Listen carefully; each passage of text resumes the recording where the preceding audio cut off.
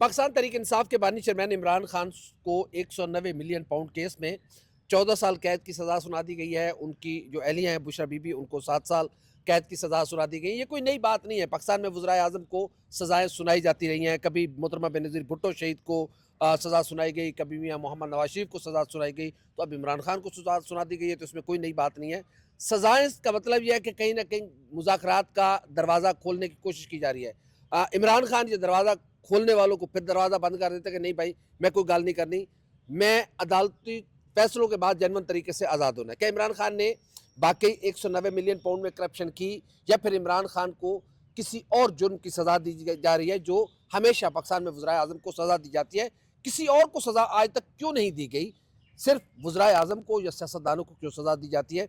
इस अहम तरीन नुक्ते पर गुफ्तगू करने के लिए हमारे साथ आज पैनल में 2 सीनियर जर्नलिस्ट मौजूद हैं। उस्मान अहमद भट्टी, इनका ताल्लुक जियो न्यूज़ से है, और आरिफ मलिक साहब, इनका ताल्लुक वही न्यूज़ इंटरनेशनल वेबसाइट है, उससे इनका ताल्लुक है, मल्टीमीडिया है।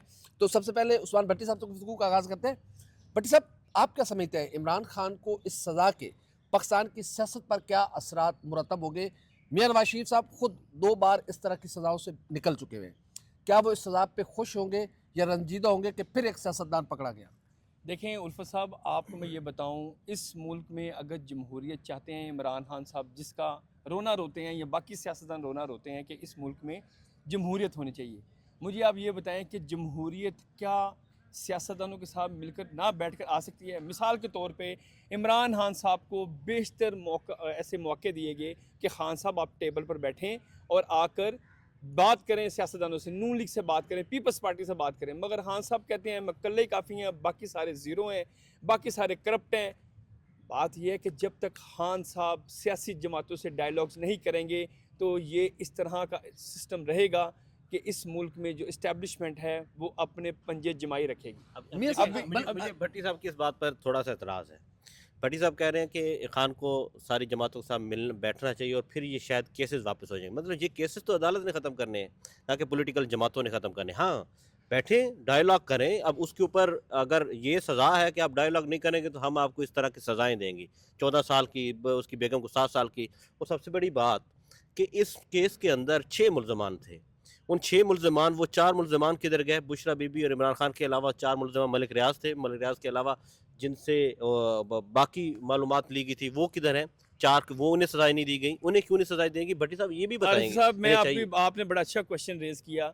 इमरान खान साहब और उनकी जो अहलिया हैं वो पाकिस्तान में दोनों अरेस्ट हो गए हैं। बाकी जो इनके साथ मुल्ज़मान थे, शरीके मुल्ज़मान थे, वो इस वक्त जुल्फ़ी बुखारी हैं, वो इस वक्त फ़रा गोगी हैं, फ़रा खान जिनको कहा जाता है, और मलिक रियाज़ हैं। तीनों मुल्क से बाहर हैं। और मैं आपको ये एक बात बताऊँ कि इमरान खान साहब को इस बात का मालूम है कि यूजुअली इस मुल्क में उस सियासतदान को रगड़ा लगा है जब आप इस्टेब्लिशमेंट के लेफ़्ट साइड पर होते हैं।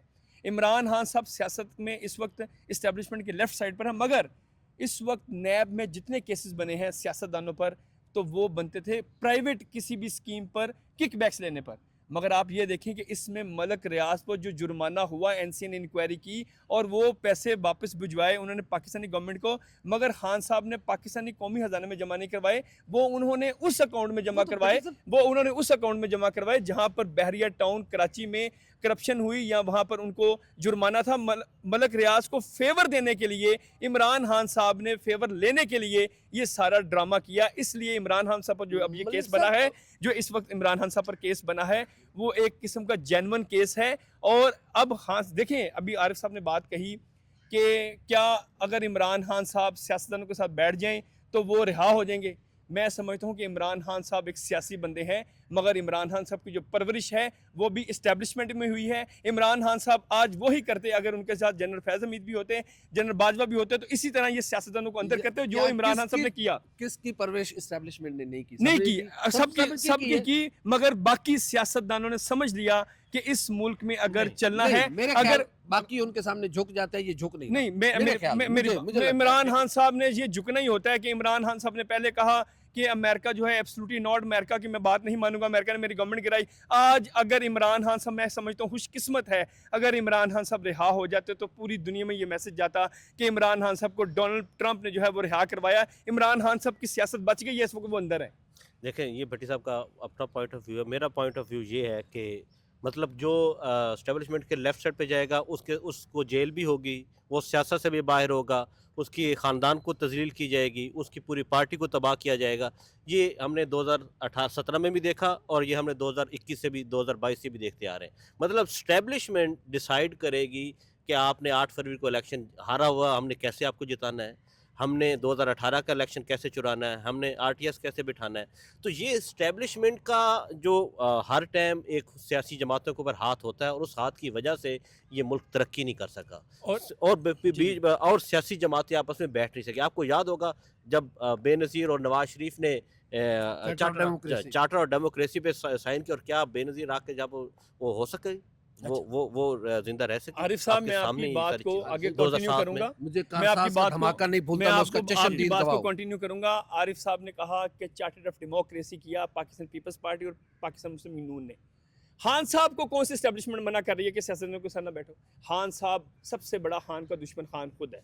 खान सियासतदानों के साथ मिलकर बैठ जाए, इस्टेब्लिशमेंट जो है अगर उनके इस वक्त पावर्स कंट्रोल में है तो वो पावर्स कंट्रोल में नहीं रहेगी। मगर खान साहब चाहते हैं कि मेरे साथ मुज़ाकरात करो और मुझे वज़ीर आज़म बैठा दो, ये नहीं हो सकता। बट जब चार्टर ऑफ डेमोक्रेसी की मेरे ख्याल में सबसे पहले जो खिलाफवर्जी की वो मियां मोहम्मद नवाज शरीफ साहब ने की, जब वो काला कोट पहन के वो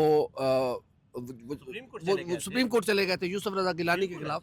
वो सब क्या था? अच्छा उल्फा साहब, ये आपने जो बात कही, ये सियासतदान एडमिट करते हैं कि वो नून लीग हो, पीपल्स पार्टी हो, कि हमने अपने माजी से सीखना है, माजी में हमारे से गलतियां हुई। ये नून लीग ने भी कहा, पीपल्स पार्टी ने भी कहा।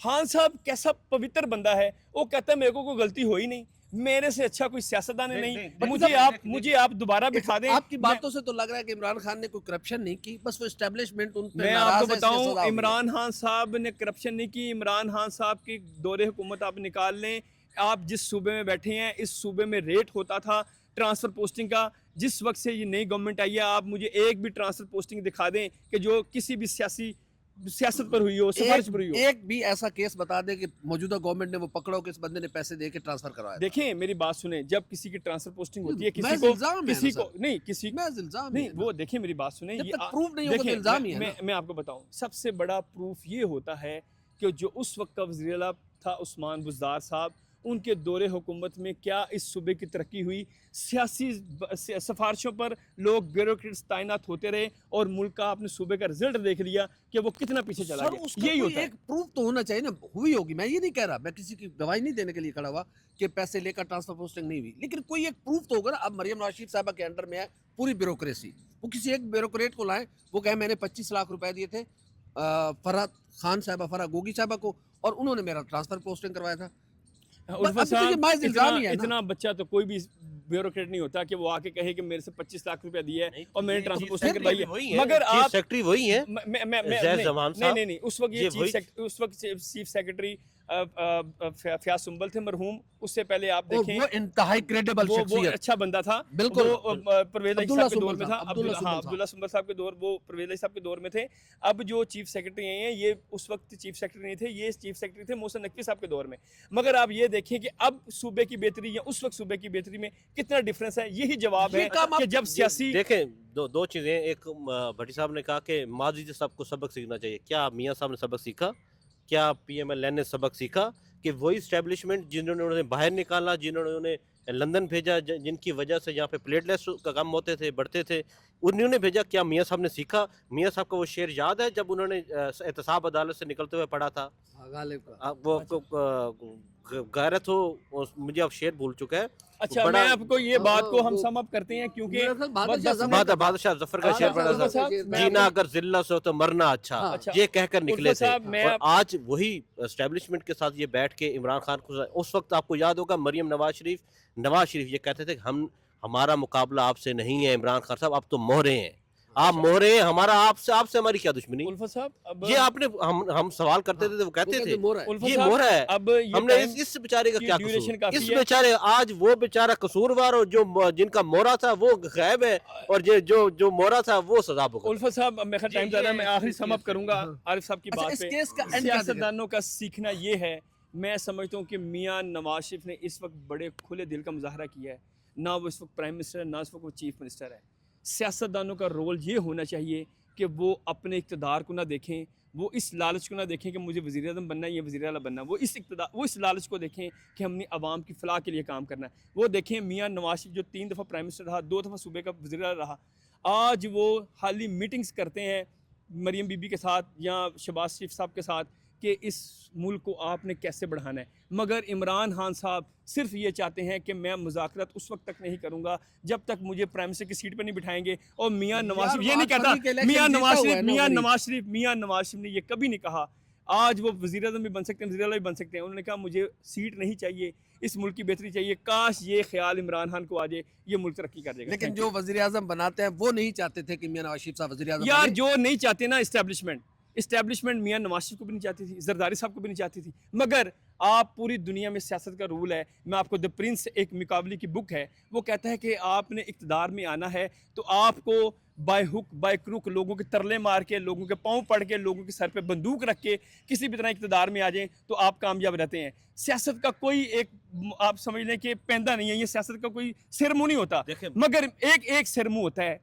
पूरी दुनिया में आप देखें बहुत से मुल्कों में मिनॉरिटी है, डिक्टेटरशिप है, प्रेसिडेंशियल सिस्टम है, पॉलिटिकल सिस्टम नहीं है, डेमोक्रेसी नहीं है, मगर उस मुल्क के जो हुक्मरान हैं वो अपनी आवाम को डिलीवर करते हैं तो वहाँ पर कोई उफ तक नहीं करता। आप गल्फ़ में देखें कि वहाँ पर बादशाहत है, कोई सियासी निज़ाम नहीं है, मगर उस मुल्क के लोगों को खाने को मिल रहा है। वो ये नहीं कहते कि सियासी सिस्टम क्या है। इस मुल्क में भी अगर हाइब्रिड सिस्टम बन गया है, ये आप मान लें कि ना तो इक़्तिदार सारा जो इस्टेब्लिशमेंट के फ़ौज के हाथ में रहना है, ना इमरान खान का मुस्तकबिल क्या देखें? इमरान खान साहब का मुस्तकबिल अभी तो यही नज़र आ रहा है कि कल उनसे एक सहाफ़ी ने पूछा कि इमरान खान साहब आपको कौन जो है वो रगड़ा लगा रहा है, तो कल इमरान खान साहब खामोश थे।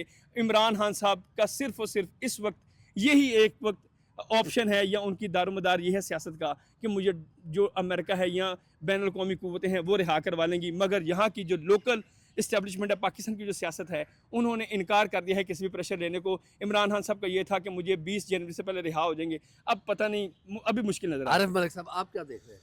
मुझे लग रहा है कि खान साहब अगले 3-4 महीने मुझे बाहर आते नज़र आ रहे हैं, क्योंकि ये केस तो चैलेंज हो जाएगा।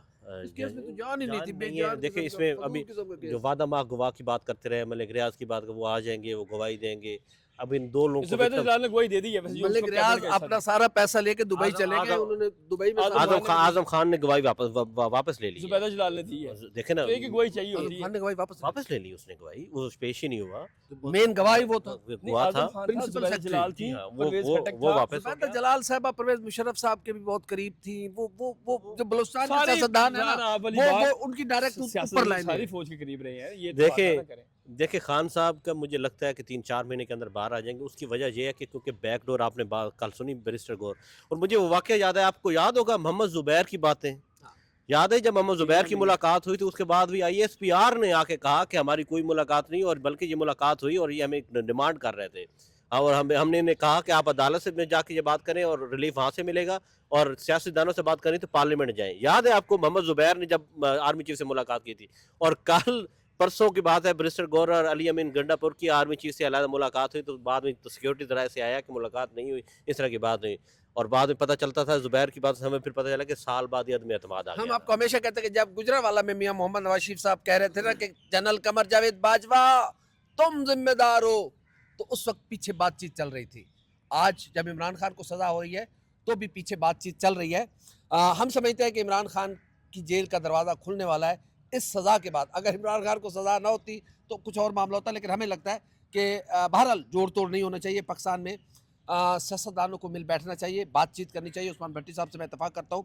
मियां मोहम्मद नवाज शरीफ साहब इस वक्त पाकिस्तान के सीनियर मोस्ट सियासतदान हैं, उन्हें चाहिए कि वो अपने आगे कदम बढ़ाएं। जो उन्हें खुद ज़ख्म लगे हुए हैं वो किसी और को ज़ख्म लगते हुए अपना दर्द महसूस करें। आसिफ जरदारी साहब ने लंबी जेल काटी, उनकी ज़बान काटने की कोशिश की गई।